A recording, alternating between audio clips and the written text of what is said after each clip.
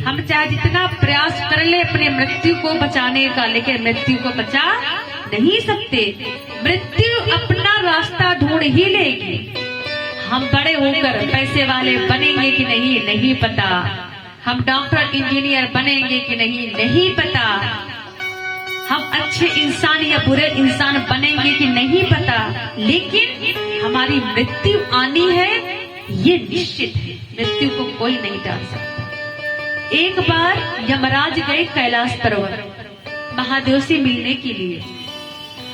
तो जब कैलाश पर्वत पहुंचते हैं तो वहां पर एक वृक्ष पर देखा एक पक्षी बैठा होता है और उसको यमराज बहुत गौर से देखते हैं। वहीं पर नंदी भी खड़े होते हैं।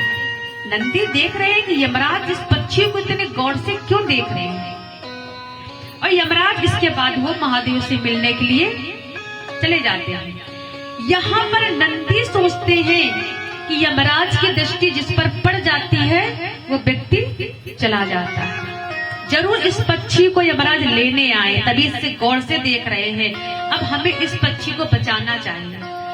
तो यहाँ पर नंदी ने गरुड़ को बुलाया और गरुड़ से बोले इस पक्षी को ले जाकर इतनी दूर छोड़ाओ कि जहाँ यमराज पहुंच न सके।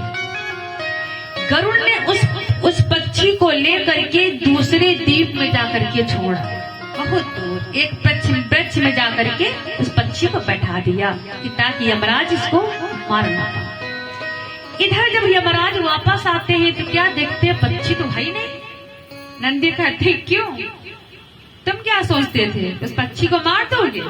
नहीं, मैं उस पक्षी को बहुत दूर भेज दिया। तुम क्यों पक्षी को देख रहे थे? यमराज कह रहे थे मैं उसे मारने नहीं आया था, न उसे मैं लेने आया था। मैं ये देख रहा था कि अभी कुछ ही पल में ये पक्षी मरने वाला है, लेकिन बैठा तो ये कैलाश पर्वत में है, लेकिन इसकी मृत्यु दूसरे द्वीप में होने वाली है, बहुत दूर। लेकिन कैसे मरेगा ये, है तो कैलाश पर्वत में। तब नंदी सोचते हैं। और उधर क्या हुआ, गरुड़ ने जिस वृक्ष पर बैठाया था उस पक्षी को, उसमें एक सर्प था और सर्प ने उस पक्षी को खा लेता है, पक्षी की मृत्यु हो जाती है। नंदी कहते हैं मैंने ये क्या कर दिया, काश ये कैलाश पर्वत में होता तो शायद बच जाता, लेकिन मैंने स्वयं उसको वहां पहुंचा दिया। तो कहते हैं जिसके जिस स्थान पर मृत्यु होती है वो होके रहती है, उसे कोई टाल नहीं सकता। वो किसी न किसी तरह से वो व्यक्ति वहां पहुंच जाएगा,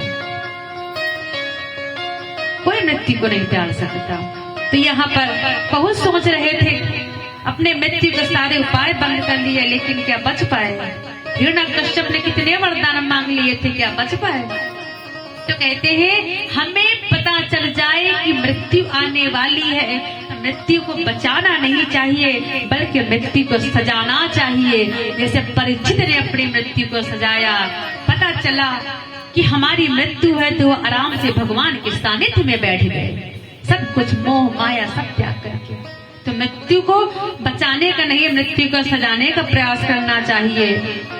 इधर क्योंकि जीवन का कोई भरोसा नहीं है, ये जीवन हमारे साथ है, ये आगे रहेगा कि नहीं रहेगा। क्योंकि सांसें जो हमारी, सांसों को कोई भरोसा नहीं है।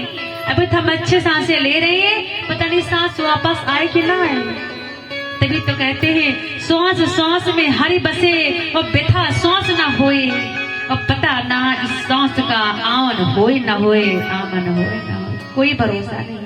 सांसों का क्या भरोसा, सांसों का क्या भरोसा, रुक जाए चलते चलते, रुक जाए चलते चलते।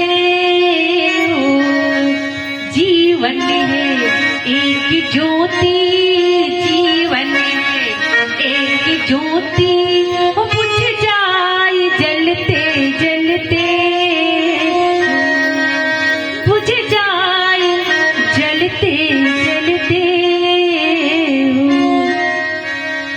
जीवन का कोई भरोसा नहीं है। ये एक प्रकाश में आत्मा है, कब इस शरीर से निकल जाए किसी को कोई पता नहीं। तो हर वक्त बस ईश्वर और मौत, इस दो चीजों को हर वक्त हमें याद रखना चाहिए। पता नहीं कब मौत आ जाए। जब मौत आए, जब परमात्मा का नाम आपके मुख पर होएंगे, तो फिर आपको यमराज के दूत नहीं भगवान की हिफाजत लेने आएंगे। फिर आप यमलोक नहीं, सीधे बैकुंठ धाम जाएंगे। बस कुछ करने की जरूरत नहीं है, परमात्मा को सिर्फ याद करिए।